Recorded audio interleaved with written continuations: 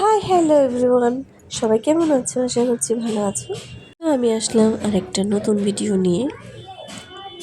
তো আজকে আমি দেখো নতুন একটা জিনিস, এবং এটা কি বলে, এটা একটা উপজাতিদের খাবার, যেটা সবাই পছন্দ করে না, আবার অনেকে পছন্দ করে। তো আমার এটা অনেক পছন্দের জিনিস সেটা ছিল বাঙুই। তো জানি না সবাই জানো কি না, সবাই খেয়েছো কি না। আমার মনে হয় সবাই এখন এটা ভালোবাসে, কারণ মেলাতে যখন যাই আমি দেখি এটার জন্য লাইন লেগে থাকে। তো যাই হোক, তা আমার কাছে তো খুব ভালো লাগে খেতে, এবং আমার ছেলেও অনেক ভালোবাসে। তো যার জন্য ওদিন আমি কী করেছিলাম, অফিস থেকে আসার সময় একটু বাজারে গিয়েছিলাম। তো ওইখানে দেখলাম এই চালগুলি নিয়ে উঠেছে। তো দেখে মনে হলো ওই বাঙুইয়ের কথা, যে বাঙুই তো এই বিন্নি চালগুলি দিয়ে বানানো হয়। তো আমি একবার নিয়ে যাই, গিয়ে দেখি ট্রাই করে হয় কিনা। বাড়িতে বানিয়ে খেলাম, বেশি করে খেলাম। আচ্ছা যাই হোক, তো বাড়িতে নিয়ে আসলাম। তারপরও অনেক দিন পর, মানে প্রায় 5-6 দিন, 1 সপ্তাহ পর বানিয়েছি। মানে সময় করে আর উঠতে পারছি না যে বানাবো। তো যাই হোক, ওই দিন রাতের বেলা হঠাৎ প্ল্যান হলো যে আজকে বানিয়ে খাবো। তো এটা বানাতে গেলে কী কী লাগবে সেটা হচ্ছে সবাই মোটামুটি জানো, আবারও বলছি। আমি কলা পাতা নিয়েছি।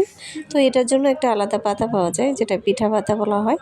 এই পাতাটা আমি আনিনি, তা আমি কলা পাতাতেই বানিয়েছিলাম। এবং এটার মধ্যে চালগুলিকে আমি ভালো করে ধুয়ে নিলাম।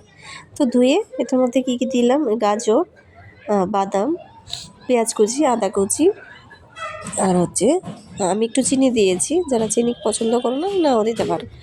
আমি একটু চিনি দিলাম, লবণ, আর ছিল কি কিশমিশ, আর ছিল আর কিছু না, এটুকুই।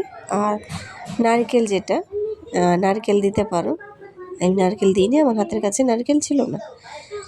তো এটা খেতে গেলে তো চিকেন ভর্তাই হোক আর পোর্ক ভর্তাই হোক, মানে একটা তো লাগবে, মাস্ট বি। তো আমি এখানে দুটোই বানিয়েছি, যার যেটা পছন্দ সেটা দিয়ে খাবো।